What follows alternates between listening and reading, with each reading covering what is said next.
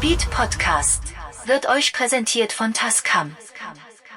The Serge Modular is not just a synthesizer.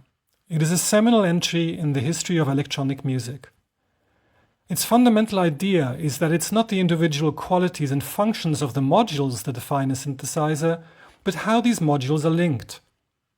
Every square centimeter of the Serge boasts almost endless possibilities. Each patch expresses not only a constellation of sounds and rhythms, but the personality of the artist who created it as well. Maros Schwerdtfeger was happy to make the long journey to Stockholm from Australia to be able to play and compose with it. The Swedish capital's famous EMS studios boast one of the few models available to select creatives. For her, the device was one of her first modular experiences ever, so she approached it like a playground. I met her for coffee in Berlin to talk about her experiences with possibly one of the most complex modular synths ever. But one thing I wanted to ask before we talk about the modular is, I'm really impressed by how this tour you're doing, setting it up from Australia. How does that work? Well, this is my first time formally playing in Europe. I've been really lucky to be doing almost a residency around the world every year. Yeah. And so I spent some time in Iceland in 2020 and then Japan and Indonesia, and in all those places I've met people. So in Japan I met people who actually live in Germany and in Spain. And so I've been very lucky that I have friends in all these different pockets that have given me suggestions of places to reach out to or even help me put on shows. But it's just been a lot of emailing, a lot of cold calling, and just putting myself out there. But it was kind of prompted by, I got given this residency in Gotland, the International Centre for Composers in Visby. And they gave that to me in 2023 for March 2025, and I was like, I guess I'm free. Don't know what's happening then. But then I was like, yeah, may as well make the most of it and try and book some shows. And I had just released my album at the end of last year as well, so it seemed kind of perfect. And You're booking it all yourself? Yeah. Including the staying? Yeah. It's a lot of work. I'm also continuing my day job while I'm here from afar, and it's... At the museum? Yeah. So I haven't That been seems able to kind do much sightseeing, but it's still been good to be playing the shows is amazing, and meeting a lot of other artists and just seeing what support is in Europe in general for musicians is so different to Australia, and it's quite refreshing. It is crumbling now, though, it seems. That's what everyone has been saying. They're like, it's been great the last, however many years, I've been given this studio space, for example, but, next year that could all change. Could be in the Netherlands, I think it's already changed. They used to have one of the best systems in this place for all kinds of arts, from popular arts, but just underneath the radar, and then down to sound art. And a lot of it really just disappeared within the last 5 years. Jeez, yeah. I mean, I didn't get any funding for this trip because there was only one grant that was open and fit the criteria of going on an international tour in Australia. And there's other grants that they've recently just cut out the whole sound component of. Yeah. So it's really just visual arts focused. So it's really hard in Australia, and there's just also not many venues. And it's quite funny, there's been a few shows here where people are like, oh, where are you from? And I say Australia, and they're like, why have you come? I can't fathom traveling this far. But the amount of opportunities here is just so way beyond what you could do in Australia. Yeah, I can imagine. Yeah. But what you're saying is essentially that this tour came about through human, connections you made, which is interesting because so many people look at statistics on their social media accounts and try to use that, or try to use social media for it, but it seems like that's... I mean, I definitely used Instagram as a way of researching venues, and I would look at musicians that I like that are based over here and see where they're playing, and then reach out to those venues, and also some friends from Australia who had toured, they gave me some contacts as well. And also connecting directly with musicians. So last night at Queer Bar, I played with Pavel and Ula, and I reached out directly to them because I love them as artists, and I was like, it'd be really great to be on a bill together. And that really brought the show together, because there's other venues where I've just gone straight to the venue, and then they're kind of pulling at threads to see who they can get to the show. And then tonight I'm playing with Marta Fosberg as a duo, and we met for the first time just the other day. Wow. So yeah, I just emailed her and was like, I like your music, maybe we can play a show together. And we were actually going to play separate sets, but then there was some miscommunication with the venue, and they assumed that we were playing a set together, and we were like, well, why not? Could be nice. So yeah, things just kind of happen. I like the fact that you're playing Berlin twice. It's like Coldplay selling out the stadium twice. I mean, I kind of just reached out to as many people, and then whatever came back I've said yes to, and so some shows came together really quickly, and like the show tonight came together like 2 months after I pulled together the Queer show. And it feels like it's in a very different context of the city as well, so I feel like it's going to be a very different crowd. Yeah. So I was interested in talking about your experience with the modular, precisely because the way I understand it, you don't usually work with a modular. Yeah. And I'm an outsider in a way as well, even though I have been a fan of modular-made music from like my early childhood on. Yeah. Even I would think something like Klaus Scholz's Tangerine Dream is maybe not essentially modular music per se; it's just analog synthesizer music. But the modular always played a role in their music. But in terms of like the interface and the technology behind it, it never really felt something that would be close to me. So I'm curious about your experience. Yeah, no, it's funny that you use the like terminology like being close to it, or because so I was at EMS in Stockholm, and I was mostly working with the Surge modular synthesizer, but I did have some days with the Buchla 100, which at their studio is actually a complete clone made by someone in Stockholm just in the last few years. And especially that Buchla 100 looks like some sort of medical instrument. I mean, the studios there are amazing and beautiful and classy and high tech, but very clean. And so seeing that modular in that space, like, yeah, it kind of feels like you're in a hospital or something. Yeah. And it's like, wow, how am I gonna have any like musical emotional connection with this flat kind of plane of an instrument? I mean, especially as a viola player, and I started violin when I was 4, so it's like really muscle memory for me. So then to go to this new instrument is like such an adjustment. But it was definitely a big learning curve, and I just had to remind myself to go slowly and do one patch at a time, and just kind of think of it as a collaborator rather than me playing it, because that's what I really liked about those instruments, was that they kind of allow you to go out of what you would normally do, because they are kind of doing half the composing for you, in terms of there's a lot of unpredictability in them, and there's the sequencing and all the automation of all the different things that start to interact with each other that kind of just start to go beyond your control, even though you're doing the wiring.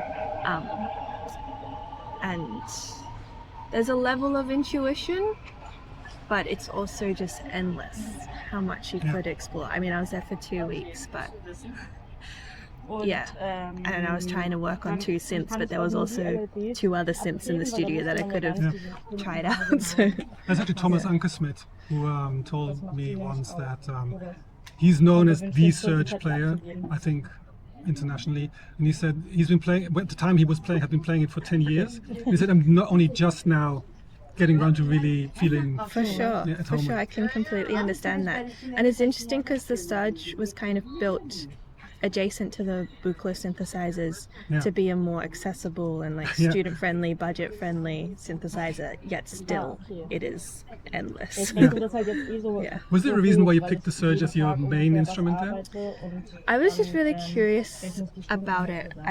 Because I'd never heard of it before coming across EMS, and I was curious about that link to the Buchla. So I played my first Buchla in 2019 at MES, which is Melbourne Electronic Sonic Sound Studios, and they ran this amazing program, a week-long program. That's a paper face, right? Or is that also the They do have a paper face at MES, but I was on a Buchla, I think also a Buchla 100 there. So the program was a week where you kind of pick one synthesizer and stick with it, but you're also in a group of, I think I was in a group of 3 or 4 other people who were on other synthesizers or drum machines, and there was time where you were just like, you know, figuring out your instrument yourself, but then by the end of the week you kind of had to perform together as a group. So it was like all these people you'd never met before, these instruments you'd never met before, and so no it was, MIDI. No MIDI. I mean, some people also brought in some interfaces that they were familiar with, but I was like, this is a mammoth instrument already, like I just want to focus on that. And so that was the first time I played a Buchla, and also part of that program they brought out Suzanne Ciani, which was incredible. So I was actually playing the Buchla one day, and then I just turned around and Suzanne Ciani's filming me from behind, and which was very embarrassing because I was like day 2 on the Buchla and I had no idea what I was doing. But also getting to see her perform, and she did like a masterclass of her setup as well. So, and I've been a big fan of her for years. But yeah, then the opportunity, I mean, I don't live in Melbourne, so I don't have like access to that space that much at all, really. And so yeah, seeing EMS was super exciting, and at first I thought I would want to be on the Buchla, but then I started reading about the Surge and how it was influenced by the Buchla. But I think what I liked about it was that it only uses banana jack cables, whereas the Buchla uses both banana jack and mini jack, so there's like 2 different types of signal.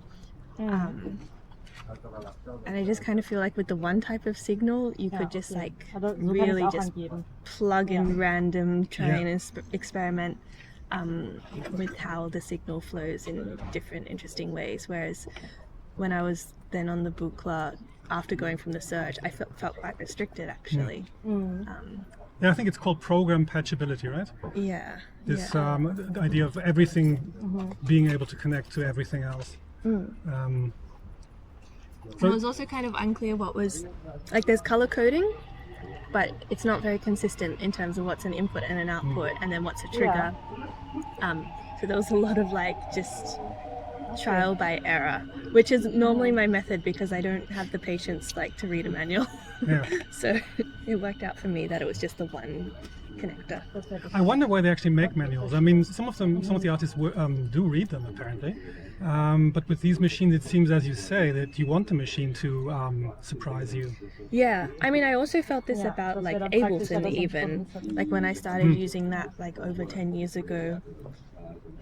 I feel like you can really tell the people that watched all the tutorials and those that didn't, because there's endless ways to use Ableton as well, but there's the ways that people use Ableton, and then you know, you use all the same effects or you use the same processes, and so I think there's something really great about going and just code and exploring, because then you work it out your own way and then you get to your own sounds. So you said that in a way the machine does some of the composing for you. Why is that attractive? I think especially for the Surge, it was due to the tuning.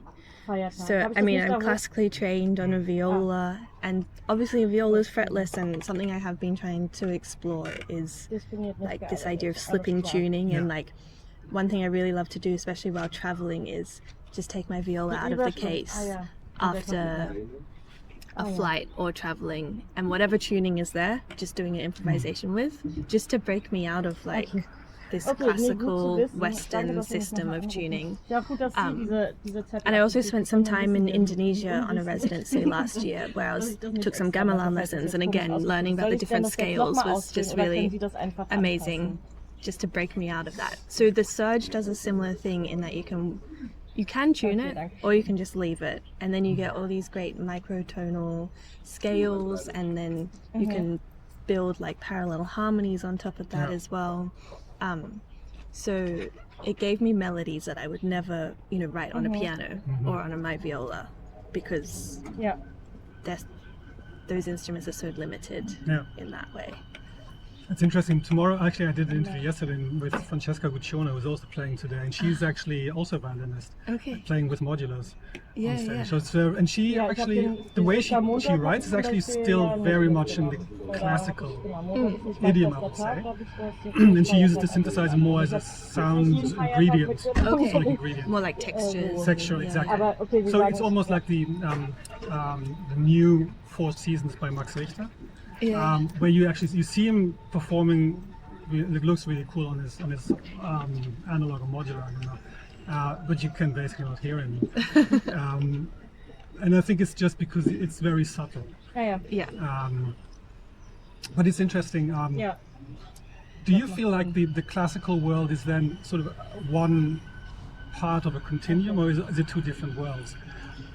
I was actually talking about this yesterday because I also went to Rewire Festival the other month, and there were a lot of Das ist- performers das ist there okay. that were Kann really ich- soll looking ich back denn at like sonst per medieval Woche music. abgeben oder schon am Ende des Monats? Some Am Ende des in Monats, very ne? conceptual ways, Yeah. like looking more at medieval architecture and how people sang in those spaces and what resonance and feedbacks there were, and then other people playing medieval instruments as well. Ja. So it's interesting that people are breaking away from tradition but returning to these very ancient methods as well. Dann dauert es Even länger. though some would probably argue that Okay. Um, actually the medieval stuff is actually the original tradition. Yes, and also so experimental in a lot of ways. Super, yeah. So yeah, it's kind of very cyclical, I guess. I mean, everything old is new again, but Exactly. It's true. Yeah, and when I was on the Surge as well, like I would start from these, unknown tunings, but then from that base level, I would start putting my knowledge of harmony on top of it by building the sequence up, or building some tuning the next layer to be a parallel fourth above, or so there was a mix of my classical music knowledge with these like unknown microtonal scales. Yeah. Yeah. Was you because one of the things I noticed when I like in the super booth, you can pretty much play every single Ah, instrument. cool. Somehow I don't feel that motivated to do that because it seems like I would just be, for me it feels like I would just be toying around, which is probably exactly the reason why so many people are drawn to these instruments, because Yeah. it invites playing, but just playfully playing. Rather than thinking about the end result. Is that something you also experienced? I don't know, for example, if the residency in Stockholm asked for a recording in some form. Okay. They do ask for anything that you make with it to kind of join the archive, but it's not like a hard and fast, like you have to submit something. I mean, I filled my hard drive basically. I had to stop a studio day and go home and get another hard drive because I was recording so much. Disponiert, nicht gearbeitet. But Auslandsländer, no, alles I think that is something that I do struggle with. Like I think the first day I was a bit like, Genau. well, I mean the first 2 or 3 days I was like, what is Also, why genau, why ich do wusste I nämlich jetzt auch, want mache to ich be die on this Woche voll instrument? auf den And Zettel oder mache ich it den took a Monat long voll, time mache for dann me to like die build Woche up that weg, ja. connection with it. I think because I have my viola and I'm so connected to Super, my dass wir noch viola mal because of telefonieren. years of Weil playing. Ich frag so rum in meiner Redaktion, When macht das ja niemand. I'm very selective Und about ich- the es ist gear that I irgendwie bring in, schwierig which is why I've davon never gotten anzufangen. into having my own modular, because it's Man such a so für big jede Frage commitment noch eine Antwort in und dann terms weiß of, ich halt die anderen Sachen I mean, nicht, die ich gar nicht finances, weiß, but und also die Frage takes up a lot of stelle. space and there's a lot of Ja, ja. decisions to make. So, and I kind of then always want to just bring my focus back to my viola. Ja, ich bin ja And nicht so I so feel like for me, I eins. do want to like be able to build a connection with a certain instrument rather than just like, like at Super Booth, like jumping from one to one to one, because then it doesn't mean much, or you're not cracking the surface of what it can really Okay. do. And I mean, the first 2 days with the Surge, I probably didn't record Machen wir anything. das, sobald And then was, only by, probably day 5, I've made something that I actually really liked and felt really connected to, and like emotionally connected to as well. And it's important for me to get to that point, because otherwise it doesn't mean anything to me. Yeah, no, I can hear that in the music that you released so far. Thank you. Even bin with ich die like, the Einzige, field die so viele recordings, Fragen hat, vocals, like the spoken word, Yeah, yeah. they all Das wäre jetzt gut gewesen, hätte ich seem gesagt, to doch. mean, like carry a meaning. Yeah, field recording it's like taking a photo for me. You know, it's like very much about my perspective in the space. So it's always going to have this really rich link for me. And it's very visual as well because I was there. So Yeah. it's, yeah. Are you on some of these field recordings? Like the vocal, like the spoken word? Yeah, that's on me. Like, Ah, ja, das because müssen wir I've auch been noch- traveling alone a lot, I kind of just record these little voice memos on my phone of just like just observations, or like there's one on the record where I was walking around Seoul and it was my first time in Korea and I was really nervous about saying 감사합니다, like thank you. Dann könnten Sie sich doch noch So mal I bei was mir just melden, like sobald Sie da walking around the city Informationen practicing haben. it, and then I started singing it. Genau. And so on the opening track of that album, Yeah. you hear me go 감사합니다 because I just started recording what I was singing. I was like, oh, that's kind of a nice melody, but it was just me trying to practice saying the word. This is the first step into K-pop. Exactly. One day I will be a K-pop star. No, that's actually really beautiful. Alles klar. Ich So, but weiß, when you dass were es mich working an with, Ihnen so sozusagen bei 2 Ihnen days, you liegt said und, you were just das feeling your way warte into ich it. einfach. Sie I melden sich think sicherlich, wenn what, Sie da was wissen. what I'm curious about is if you Gucken wir weiter. you pick an instrument because of its unpredictability and then you work with it for a while, then the Danke Ihnen unpredictability vielmals. goes away in a sense and you become more in control of it. Is that then a Danke, gleichfalls. disadvantage? Getting more acquainted with it? It was interesting because there is a level of you have to sit down and go, okay, what do I want to make? Because there is obviously so much logic to the instrument, and it always starts with like, you know, patching the output to the mixer to the output, just so you can get sound, and then always starting with like one oscillator.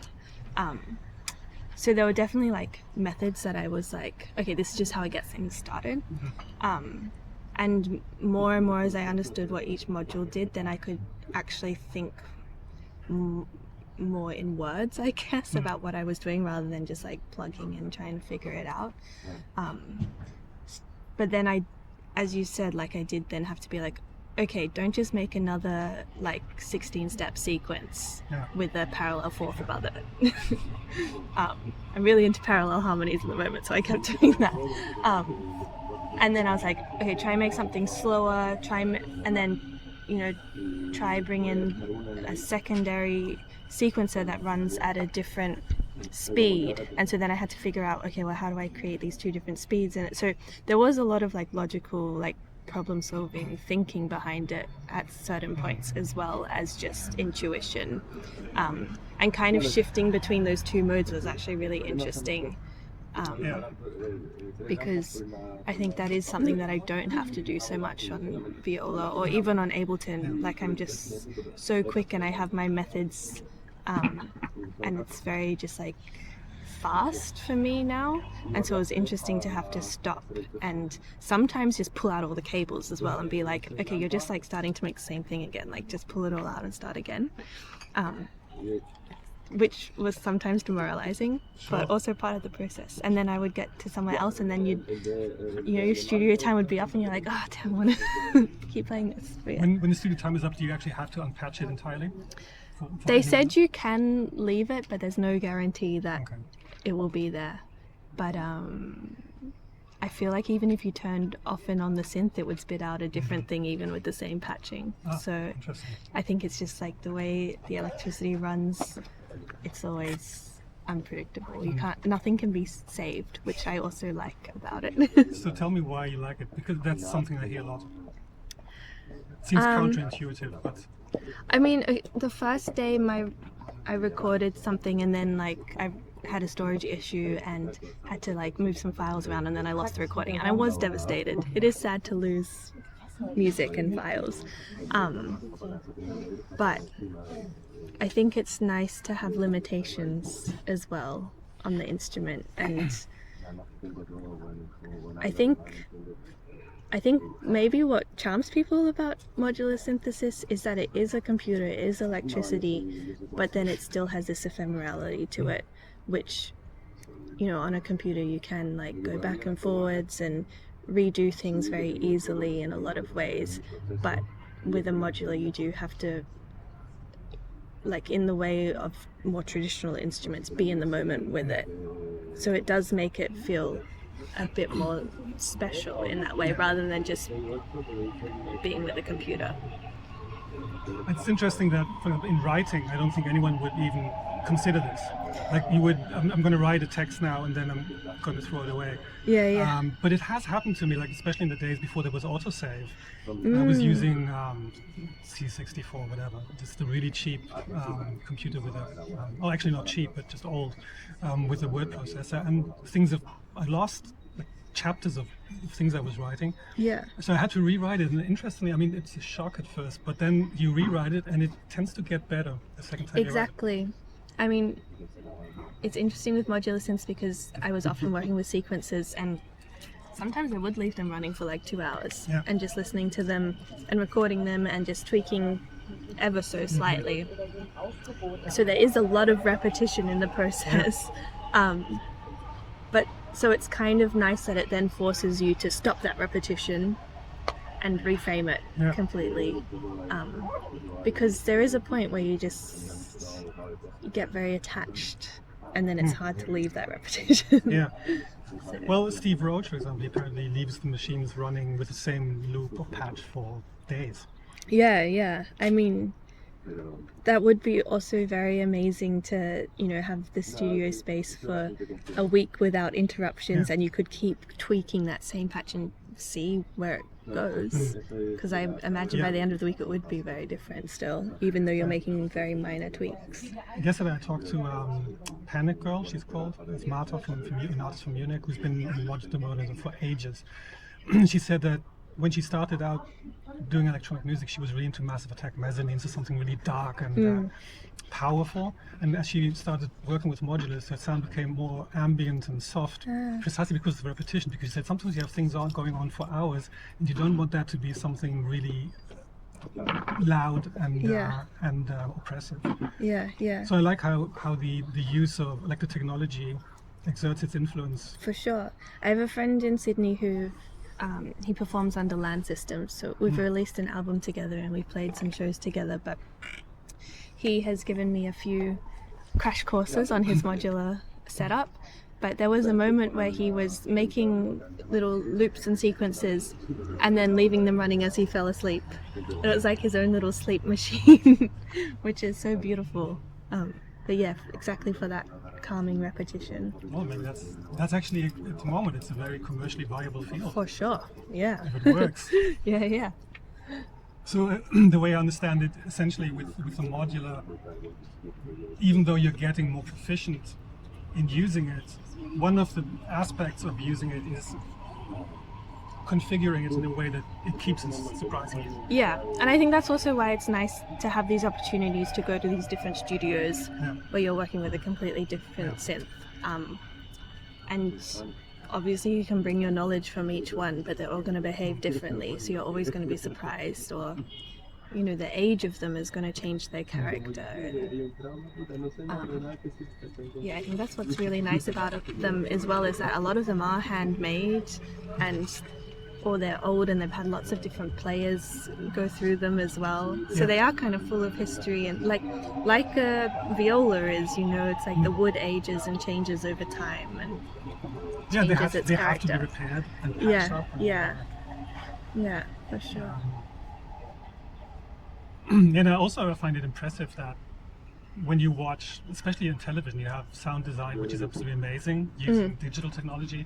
But actually, if you're using the modular right, some of that stuff sounds just as incredible. Yeah. There were some moments on the synth that I was like, oh, this sounds like, you know, because I also sound design films as like as my job. And I was like, oh, this sounds like what I was listening to yesterday from the sound library or whatever. but yeah, and also thinking again of Suzanne Ciani and like all those commercials she did on the Buchla. And yeah, I mean, you can really take it in so many directions. So have you taken anything from that experience for your other practice? Working more in with a modular philosophy, as it were, for your sound art work outside of the modular? So before I was at EMS, I was at the Visby Center for International Composers, and I was working much more traditionally in terms of notating music, and I was writing for harp, and I was still thinking about parallel harmony, but in a very different context. That's going to be the title of this conversation. Maybe. Dreaming of parallel harmony. Yeah. I mean, it's just something that I always remember about high school I went to a music school and we would take harmony class, and they always said never write parallel fourths and fifths, and I was like, they're the most beautiful thing in the world. So this is me continuing the rebellion. A friend of mine, I think also Markus Euser, the composer, he also loves parallel. Yeah.